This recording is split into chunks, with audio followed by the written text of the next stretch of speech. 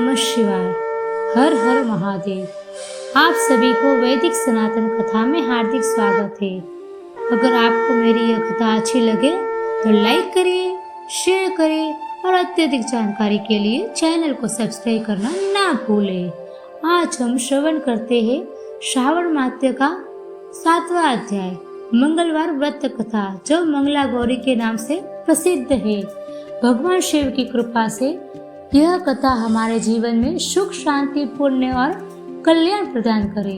हर हर महादेव। यदि आपको सनातन धर्म की ऐसी ही कथाएं अच्छी लगती हो तो कमेंट में हर हर महादेव जरूर लिखें। तो आइए इस कथा को श्रवण करते हैं। भगवान शंकर ने सनत कुमार से कहा, अब मैं तुम्हें मंगलवार व्रत कथा का महात्म्य सुनाता हूँ, ध्यान पूर्वक सुनो। इस व्रत को मंगला गौरी व्रत भी कहते हैं। इसके करने से वैधव्य के भोग का नाश होता है। विवाह के पश्चात 5 वर्ष तक इस व्रत को करना चाहिए। विवाह के पश्चात पहले श्रावण शुक्ल पक्ष के पहले मंगलवार को इस व्रत को आरंभ करना चाहिए। पुष्प मंडल का निर्माण कर उसे केले के स्तंभों से सुशोभित करना चाहिए। उसे अनेक प्रकार के फलों तथा रेशमी कपड़ों से विभूषित करना चाहिए। मंडप में देवी की सोने की प्रतिमा अथवा किसी वन्य वस्तु को धारण करना चाहिए और स्थापित करना चाहिए। उस प्रतिमा में मंगला गौरी का 16 उपचारों से, 16 दूर्वा दलों से, 16 चावलों तथा 16 चने की दाल के दानों से अर्चना करनी चाहिए। 16 बत्तियों वाले दीपक या 16 दीपक जलाकर भक्ति पूर्वक दही तथा चावलों का नैवेद्य अर्पण करना चाहिए। देवी के निकट सिल लौड़ा रखना चाहिए। इस तरह विवाहोपरांत 5 वर्ष तक व्रत करना चाहिए। 5 वर्ष पश्चात उद्यापन करके माता का बायना देना चाहिए। अब मैं तुम्हें बायने के बारे में बताता हूँ। मंगला गौरी की एक पल सोने की प्रतिमा या अपने सामर्थ्य के अनुसार सोने की प्रतिमा बनवाए। अपने सामर्थ्य के अनुसार सोने अथवा चांदी आदि से निर्मित घड़े को चावलों से भरे। उसके ऊपर पहनने के वस्त्र रखे, साड़ी, ब्लाउज और कोई भी। उसके ऊपर मंगला गौरी की प्रतिमा रखे। देवी के समीप सिल लौड़ा रखे। सिल लौड़ा सोने या चांदी का होना चाहिए।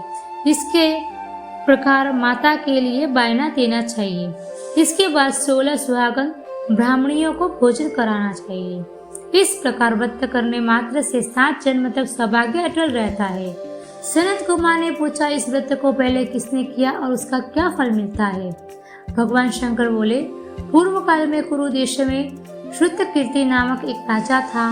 वह शास्त्रों का ज्ञाता था। उसका कोई शत्रु नहीं था।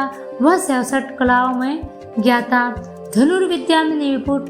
उसे सब प्रकार का सुख था, परंतु उसकी कोई संतान नहीं थी।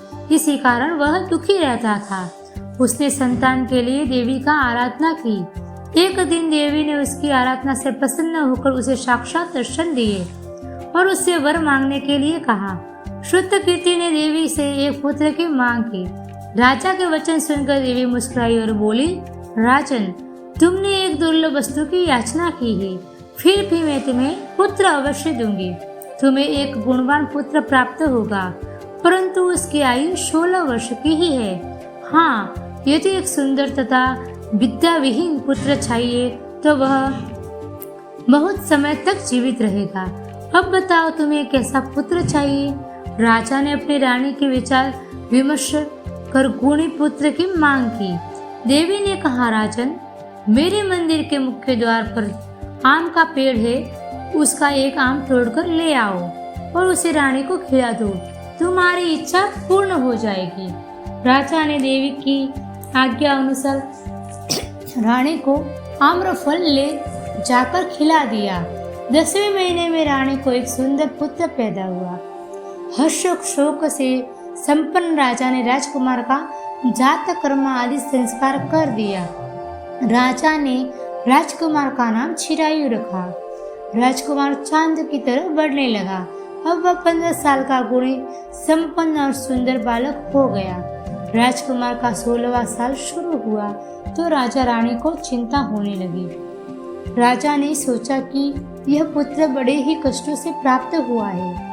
मैं इसकी मृत्यु अपने आंखों से सामने नहीं देख सकता। यह सोचकर राजा ने राजकुमार चिरायु को उसके मामा के साथ काशी भेजने का निश्चय कर लिया। रानी ने अपने भाई से कहा, तुम कार्पेटिक का वेश धारण कर राजकुमार चिरायु को काशी ले जाओ। मैंने इसके जन्म के पूर्व भगवान मृत्युंजय से प्रार्थना की थी कि हे विश्वदेव, पुत्र की प्राप्ति पर जगतपति की यात्रा के लिए भेजूंगी, इसलिए तुम इसे काशी ले जाओ। इसकी रक्षा का भार अब तुम्हारे कंधों पर है। अपनी बहन की आज्ञा मानकर वह राजकुमार चिरायु को काशी ले गया। कई दिन की यात्रा के बाद वे आनंद नगर पहुंचे। आनंद नगर के राजा का नाम वीरसेन था। राजा के सर्वगुण संपन्न रूप लावण्य वाली मंगला गौरी नाम की एक राजकुमारी थी। जब राजकुमारी सखियों सहित बगीचे में खेल रही थी, उसी समय चिरायु और उसका मामा वहां पहुंचे। वे दोनों बालिकाओं को क्रीड़ा देखने के लिए वहीं रुक गए। राजकुमारी की सहेलियों ने एक सहेली में क्रोध में भरकर राजकुमार चिरायु को अपशब्द कहे। राजकुमारी ने अपने सहेली से कहा, सखी, तुम दुर्वचन क्यों बोल रही हो? मेरे साथ अयोग्य वाणी बोलने वाला कोई भी नहीं है। देखो, मंगला गौरी के प्रसाद एवं मंगला गौरी व्रत के प्रभाव से मेरे हाथ से जिसके माथे पर चावल गिर जाए, उसके साथ मेरा विवाह हो जाने पर यदि वह अल्पायु वाला भी हो तो वो चिरायु हो जाएगा। इसके बाद सब बालिका अपने अपने घरों को लौट गई। राजकुमारी भी राजमहल में चली गई। उस दिन राजकुमारी मंगला गौरी का विवाह बाल्यहीन देश के राजा दृढ़ धर्मा के पुत्र सुकेतु के साथ होने वाला था, परंतु सुकेतु मूर्ख, कुरूप और बहरा था। इस बात का पता राजा वीरसेन को नहीं था। अतः वर पक्ष वालों ने विवाह मंडप में एक अन्य अच्छा वर ले जाने का निश्चय किया। विवाहोपरांत प्रस्तुत वर को भगा दिया जाएगा। इस प्रकार सुकेतु राजकुमारी को अपने देश ले आएगा। ऐसा विचार कर वर पक्ष के कुछ आदमी चिरायु के मामा के पास आकर बोले, यह बालक तुम हमें दे दो, इसके द्वारा हमारे काम सिद्ध होने वाले हैं। इस पृथ्वी पर परोपकार से बढ़कर कोई दूसरा काम नहीं है। उन आदमियों की बात सुनकर राजकुमार चिरायु का मामा राजी हो गया, क्योंकि वह बगीचे में मंगला गौरी की बात सुन चुका था। वह उन आदमियों से बोला, आप लोग इस लड़के को क्यों चाहते हो? विवाह के लिए वस्त्र, गहने और कोई भी चीज मांग सकते हैं, लेकिन व्रत को थोड़े ही मांगा जाता है। फिर भी आपकी बात रखते हुए लड़का आपके साथ भेज रहा हूँ। वर पक्ष के लोग राजकुमार चिरायु को विवाह मंडप में ले गए और विवाह कार्य संपन्न हो गया। विवाह के बाद रात में जब राजकुमार चिरायु मंगला गौरी के साथ सोया, उसी दिन उसका 16वां वर्ष समाप्त हो रहा था। ठीक उसी समय काल सर्प का रूप धारण कर वहां आया। संयोगवश उसी समय राजकुमारी मंगला गौरी की नींद खुल गई। उसने शाम को देखा तो राजकुमारी ने शाम की पूजा की, उसे पीने के लिए बहुत सा दूध दिया। मंगला गौरी ने कहा, मैं उत्तम व्रत करूंगी, मेरे पति देव को छोड़ दो तथा उन्हें चिरंजीवी होने का आशीर्वाद दे दो। देखते ही देखते सांप कमंडल में घुस गया। राजकुमारी ने अपनी चोली से कमंडल को मुख बंद कर लिया। उसी समय राजकुमार चिरायु अपने शरीर के अंगों को ऐंठते हुए उठ गया। उसने राजकुमारी से कहा, मुझे बहुत भूख लग रही है। राजकुमारी ने माता के समीप जाकर लड्डू आदि लेकर राजकुमारी ने राजकुमार को खाने के लिए दे दिया। राजकुमार ने प्रसन्नता से लड्डू खाए। हाथों को धोते समय उसके हाथों से अंगूठी गिर गई। वह पान खाकर फिर सो गया। राजकुमारी कमंडल में बंद सर्प को बाहर फेंकने गई, लेकिन विधि के विधान से बाहर जाने पर चमकते हार की कांति देख वह चकित रह गई। उसने हार को अपने गले में पहन लिया। कुछ रात शेष रहने पर चिरायु का मामा उसे ले गया। चिरायु ने जाने के बाद वर पक्ष के लोग सुकेतु को ले आए। मंगला गौरी ने सुकेतु को देखा तो वह बोली, यह मेरा पति नहीं है। सभी बाराती कहने लगे, हे शुभे, यह तुम क्या कह रही हो? यदि कोई पहचान हो तो बताओ। इस पर मंगला गौरी ने कहा, रात को मेरे पति ने मुझे जो जड़ाऊ हार दिया है, उस हार के रत्नों की सुंदरता के बारे में यह क्या बताएगा?